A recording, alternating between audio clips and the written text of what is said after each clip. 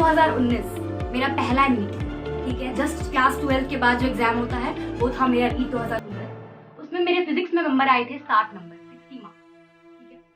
और फिर मैंने एक साल प्रिपेयर करा और मेरे नंबर आए 156 नीट 2020। अब ये जो 60 मार्क्स आए थे मेरे 2019 में, वो भी ऐसा नहीं कि मैं कुछ पढ़ाई करके गई थी एग्जाम देने के लिए, कुछ भी नहीं था। वो भी हिट एंड ट्रायल मेथड से मैंने 60 नंबर उठाए। मुझे खुद भी नहीं पता वो 60 नंबर कैसे आ गए। ऐसे बहुत लोग होंगे जो मुझसे रिलेट कर पा रहे हो। कभी कभी ऐसा होता है कि मॉक टेस्ट में पता नहीं कुछ भी नहीं किया फिजिक्स में और नंबर आ गए 50-40, वो भी कैसे है पता नहीं। तो वही था मेरे साथ 2019 के टाइम, और मैंने एक साल में उसको 156 पे लेके गई, ठीक है। अब बहुत लोग बोलेंगे यार इसने तो जोरों शोरों से एक साल प्रिपरेशन किया होगा, पागलों की तरह दिन रात फिजिक्स ही पढ़ती रहती होगी, ठीक है, तभी 100 नंबर का जंप आया है। दूसरा लोग सोचेंगे यार इसे तो एनसीईआरटी पढ़ी होगी फिजिक्स के लिए, ये सब टॉपर्स लोग तो एनसीईआरटी पढ़ते हैं, सब एनसीईआरटी को चार्ज जाते हैं फिजिक्स के लिए भी। एनसीईआरटी बायो के तो जरूरी है, मान लिया भाई, बायो के तो पढ़ना ही पड़ेगा, ठीक है, और इनऑर्गेनिक के लिए भी पढ़ना ही पड़ेगा, बट इसे तो फिजिक्स के लिए भी पढ़ी होगी। हाँ, और कुछ भी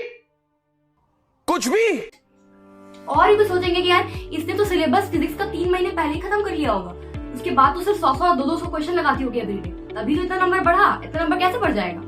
तो चलो सुनते हैं मेरी कहानी, इससे तुमको पता चलेगा कि सच में मैंने किया क्या था, क्या ये सब मैंने किए थे, ये सब कन्वेंशनल मेथड क्या मैंने इस्तेमाल किया था या फिर नहीं किया था। चलो सुनते हैं।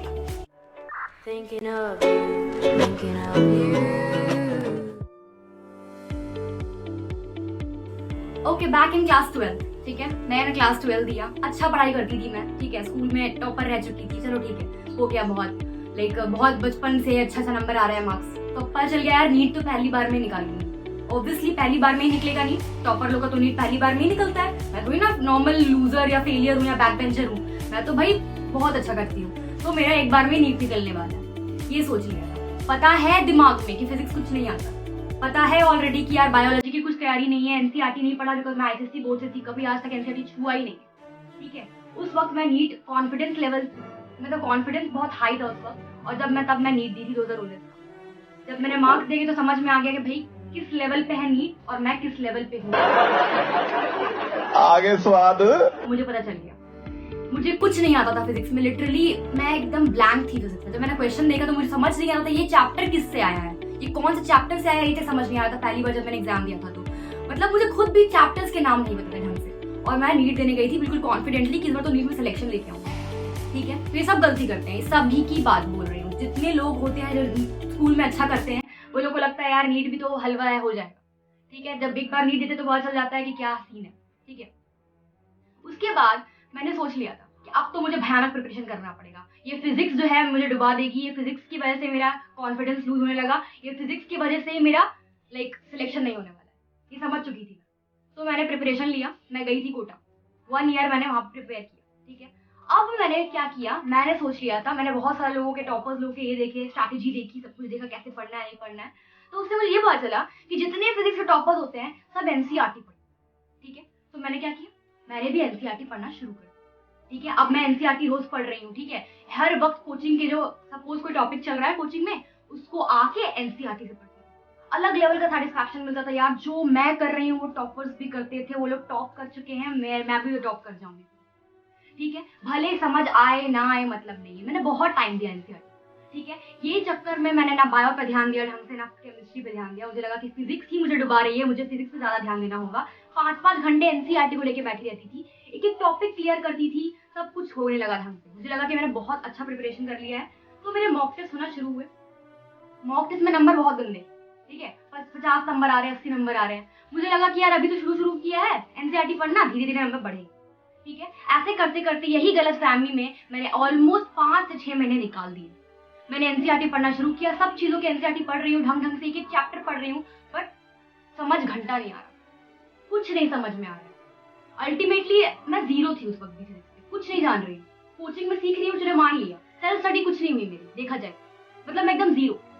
उसके बाद मुझे समझ में आ गया, जब मैंने एक बार आधा सिलेबस का एग्जाम होता है एलन में, जितने लोग होंगे उनको पता होगा, पूरा हाफ सिलेबस हो जाता है तो एग्जाम होता बड़ा सा, ठीक है, ग्रैंड टाइप का। वो टेस्ट मैंने दिया तो मेरे नंबर आ रहे हैं आई थिंक 45 या 55। मैं समझ ली नीट में फिजिक्स में मेरा खत्म हो चुका है, 6 महीने बचे हैं, अब मैं क्या ही कर सकती हूँ।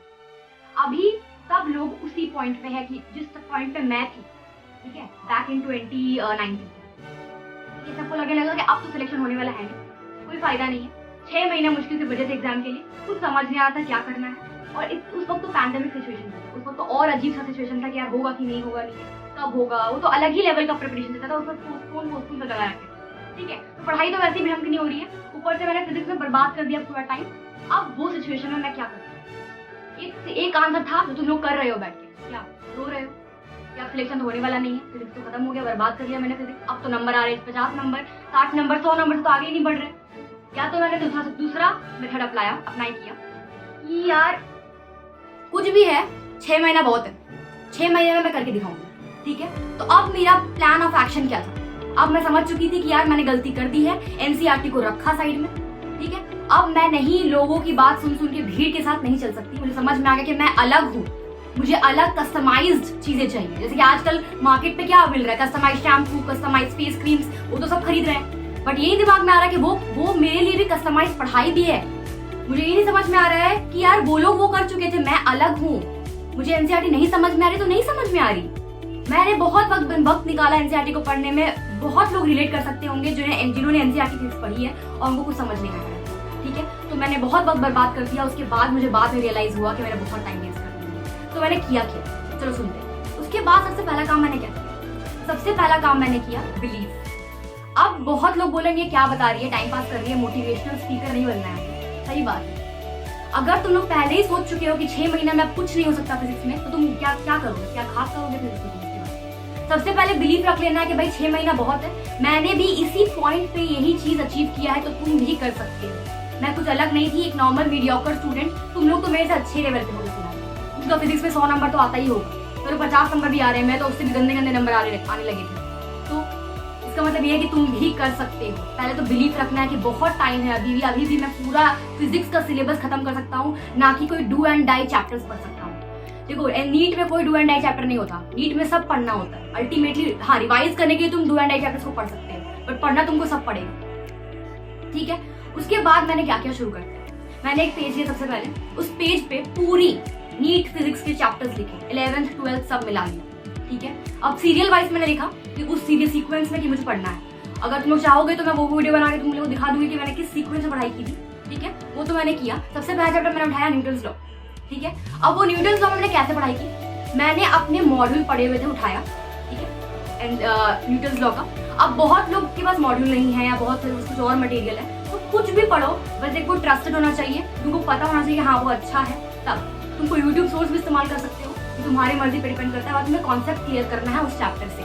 ठीक है, वो कर लिया। उसके बाद मैंने प्रीवियस ईयर 30 साल की नीट उठाई। ठीक है, हर चैप्टर के लिए यही होगा, बस एक चैप्टर की बता रही हूँ। ठीक है, मैंने नीट फिजिक्स 30 ईयर उठाया।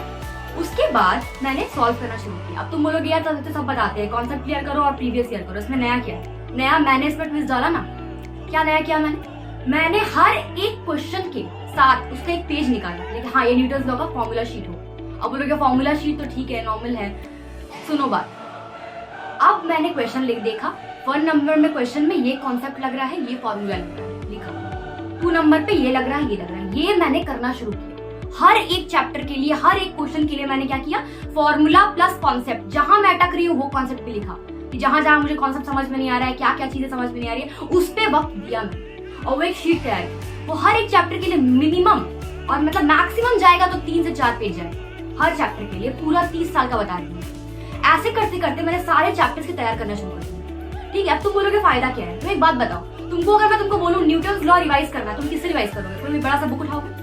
मैं बोलूंगी भाई 3 पेज में, उस 3 पेज में, वो 3 पेज मैंने ही बनाया है, उस 3 पेज में मैं रिवाइज करूंगी और मेरे 30 साल के क्वेश्चन हो जाएंगे नीट के। तो क्या गलत बात है?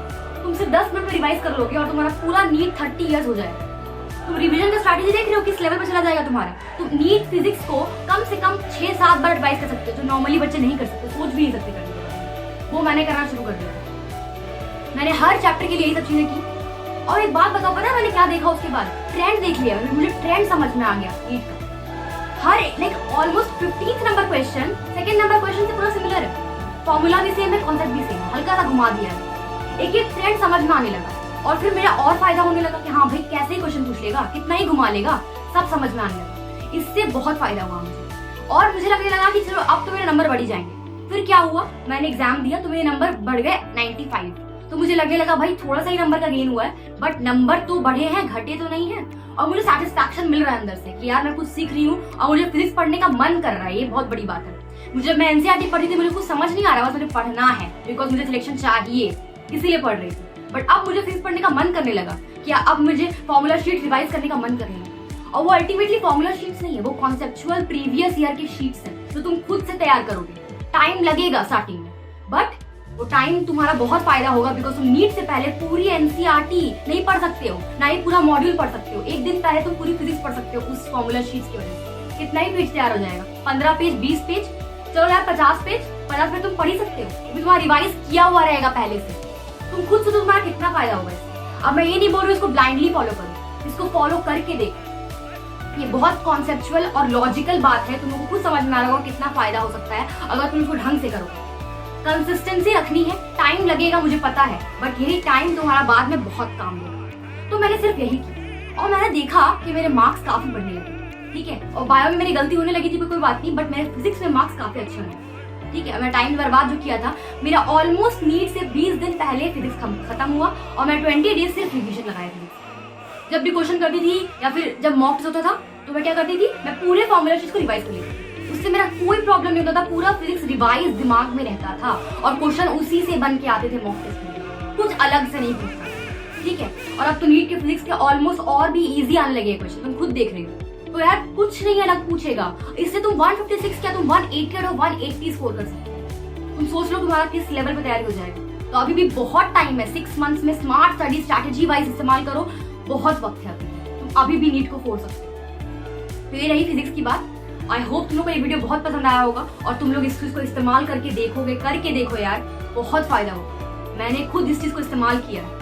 और दूसरी बात यहाँ पे ये है कि बहुत लोग ऑर्गेनिक केमिस्ट्री में बहुत डरते हैं, तो ऑर्गेनिक केमिस्ट्री के लिए तुम लोगों के लिए मैंने एक और सीरीज लॉन्च किया है, ऑर्गेनिक केमिस्ट्री सीरीज। वो भी तुम लोग का मार्च से पहले खत्म हो जाएगा। ऑर्गेनिक केमिस्ट्री में जुड़ के देखो एक बार, मेरे फुल मार्क्स आए थे ऑर्गेनिक केमिस्ट्री में, तो मैं बता सकती हूँ कि हाँ ऑर्गेनिक केमिस्ट्री पढ़ना किस तरीके से, मजे किस तरीके से आएंगे ऑर्गेनिक केमिस्ट्री में। एक बार जुड़ के देखो, बहुत मजा आएगा। आई होप तुम लोग को बहुत पसंद आया होगा वीडियो, और इस चैनल को लाइक शेयर सब्सक्राइब करो कि ज़्यादा से ज़्यादा लोग जो फिजिक्स से डरते हैं, जिनको लगता है अब नहीं हो पाएगा सिलेक्शन, तो उनको यार हेल्प कर दो। एक वीडियो तुम्हारा किसी को भेज देने से बहुत लोगों का बहुत कुछ हेल्प हो सकता है, ठीक है। Thank you so much.